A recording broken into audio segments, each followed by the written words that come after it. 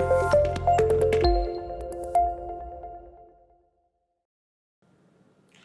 Friends, आज हम discuss करने जा रहे हैं एंड्रोजेनेटिक एलोपेशिया के बारे में।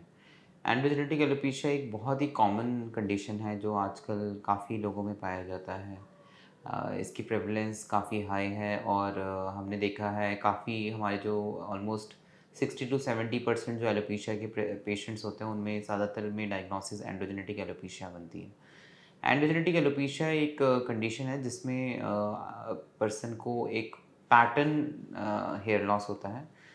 It can occur in both male and female. Males में जब ये होता है तो इसको मेल पैटर्न बाल्डनेस भी बोलते हैं और जब फीमेल्स में होता है तो इसको फीमेल पैटर्न बाल्डनेस भी बोलते हैं।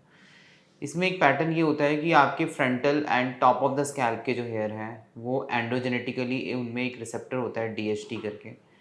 और उन पर्टिकुलर एरियाज़ के बाद जब भी आपकी बॉडी में स्ट्रेस आता है, आपके डीएचटी लेवल्स एलिवेट होते हैं और कुछ स्ट्रेस फैक्टर्स की वजह से वो काफ़ी जल्दी वो प्रिडिस्पोज हो जाते हैं, वो बहुत जल्दी उनमें हेयर लॉस होना शुरू हो जाता है। एक पर्टिकुलर एज में शुरू हो जाता है, कुछ लोगों को जल्दी शुरू हो जाता है। आजकल हमने देखा है कि एज़ अर्ली एज़ लोगों को 17-18 साल की उम्र में भी एंड्रोजेनेटिक एलोपेशिया प्रेज़ेंट करना शुरू हो जाता है। नॉर्मल अगर एज ग्रुप माने तो ये ज़्यादातर मिडल एज ग्रुप में ज़्यादा होता है, जैसे 25 से 30 साल की उम्र में ज़्यादातर एक्सप्रेस आउट होता है। But it can occur early depending on your genetic and your stress levels.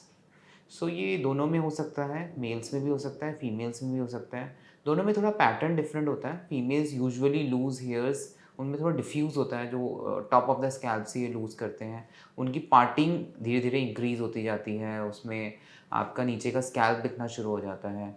Mails में काफ़ी डिफरेंट पैटर्न्स में आते हैं ये। ज़्यादातर जो कॉमन पैटर्न होता है वो आपका जो फ्रंटल हेयर होता है, जो फ्रंटल आपके ये फ्रंटल जो आपके आर्चेज़ होते हैं, कई बार वो डीपन होने शुरू हो जाते हैं।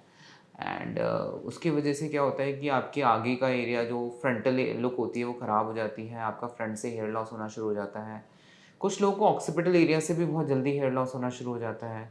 एक ग्रेडिंग सिस्टम है इसका, दैट इज़ हैमिल्टन ग्रेडिंग बोला जाता है। उसमें हम ग्रेड 1 टू ग्रेड 7 तक होते हैं, जिसमें फर्स्ट ग्रेडिंग जो होती है माइल्ड होता है जिसमें सिर्फ फ्रंटल एरियाज़ लूज़ होते हैं। एंड ये प्रोग्रेसिवली धीरे-धीरे 3rd, 4th, 5th, 6th grading तक करते-करते आखिरी जो स्टेज होती है वो 7th ग्रेडिंग होती है, जिसमें आपका front end top of the scalps पूरा खाली हो चुका होता है एंड सिर्फ रिम ऑफ ऑक्सीपिटल हेयर्स बचे होते हैं। अब एंडोजेनेटिक एलोपेशिया जो होता है एक ट्रीटेबल कंडीशन है। इसके लिए हम मेडिकल ट्रीटमेंट है, इंजेक्टेबल थेरेपीज़ हैं एंड काफ़ी हद तक सर्जिकल ट्रीटमेंट जैसे कि हेयर ट्रांसप्लांटेशन पॉसिबल है। एंड आजकल एंडोजेनेटिक एलोपेशिया अगर अर्ली स्टेजेस में हो, लाइक ग्रेड 1, ग्रेड 2, ग्रेड 3 के हों, तो उसमें हम ज़्यादातर पेशेंट्स को प्रेफर करते हैं कि आप मेडिकल ट्रीटमेंट कराइए। आप उसमें टॉपिकल मिनॉक्सिडिल, आजकल तो ओरल लो डोज़ मिनॉक्सिडिल्स भी आते हैं एंड साथ में biotin and hair vitamin supplements, growth factor serums लगाने के लिए दिए जाते हैं। एंटी हेयर लॉस सीरम्स दिए जाते हैं और काफ़ी हद तक हमें काफ़ी अच्छा रिजल्ट्स मिल जाता है initial stages of hair losses में। पीआरपी भी एक अच्छा एडजुवेंट माना जाता है एंडोजेनेटिक एलोपेशिया के पेशेंट्स में। ये अच्छा मेंटेन करता है हेयर्स को। एवरी 3 और 4 मंथली आप पीआरपी अगर कराते रहते हैं तो उनका वो हेयर लॉस जो होता है वो काफ़ी हद तक रुक जाता है। रीग्रोथ भी काफ़ी हद तक पॉसिबल हो जाती है एंड काफ़ी अच्छे से मेंटेन रखता है आपके जो बाल होते हैं। PRP is an always an adjuvant. हमने काफ़ी अच्छे रिजल्ट्स देखे हैं पीआरपी के मेल एंडोजेनेटिक एलोपेशिया में। एंड फाइनल जो ट्रीटमेंट ऑप्शन है जो इस ट्रीटमेंट लैडर के एपेक्स में बैठा है, that is surgical management, that is hair transplantation. Hair transplantation usually हम तब प्रेफर करते हैं मेल एंडोजेनेटिक एलोपेशिया के पेशेंट्स में जब उनका हेयर फॉल स्टेबलाइज हो गया है। यूजुअली बहुत initial grades of alopecia like grade 1 and grade 2 में हम इतना ट्रांसप्लांटेशन प्रेफर नहीं करते। बट वो सारे पेशेंट जिनके फ्रंटल हेयर लाइन लूज़ हो गई हैं, ग्रेड 3, ग्रेड 4 वाले जो पेशेंट हैं जिनके हेयर फॉल स्टेबलाइज हो गए हैं एंड उनकी खुद की भी कुछ पर्सनल रिक्वायरमेंट्स हैं, कुछ कॉस्मेटिक्स प्रेफरेंसेस हैं, तो उनको ध्यान में रखते हुए सर्जिकल ट्रीटमेंट प्लान किया जाता है और ये एक बहुत सक्सेसफुल ट्रीटमेंट है। जो लॉजिक होता है हेयर ट्रांसप्लांटेशन का वो ये होता है कि जो आपके पीछे ऑक्सीपिटल हेयर्स होते हैं, जो डोनर एरिया के हेयर्स होते हैं, उनमें ये डीएचटी हार्मोन्स के रिसेप्टर्स नहीं पाए जाते हैं, इसलिए वो बाल हमेशा बचे रहते हैं।